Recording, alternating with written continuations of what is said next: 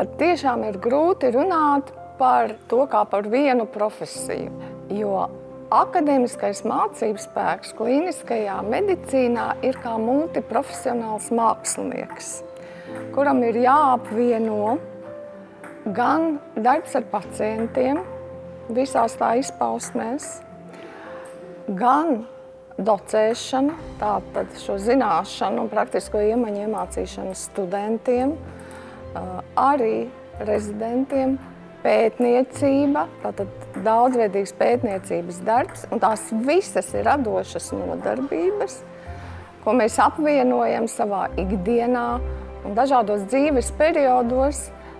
Katra no šīm nodarbībām varbūt ir dažādās proporcijās, bet svarīgi, protams, ir prioritizēt šos mērķus, arī vērtības. Un droši vien, ja mēs runājam par to, kas ir svarīgs šajā akadēmiskās medicīnas jomā, es domāju, ka skalas augšgalā ir arī darba spējas kopšana.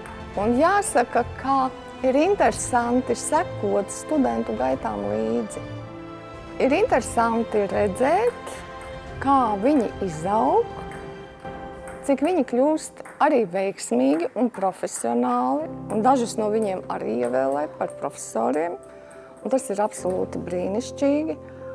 Un tas ir arī tas svarīgais, kāpēc var strādāt ar studentiem, jauniem cilvēkiem.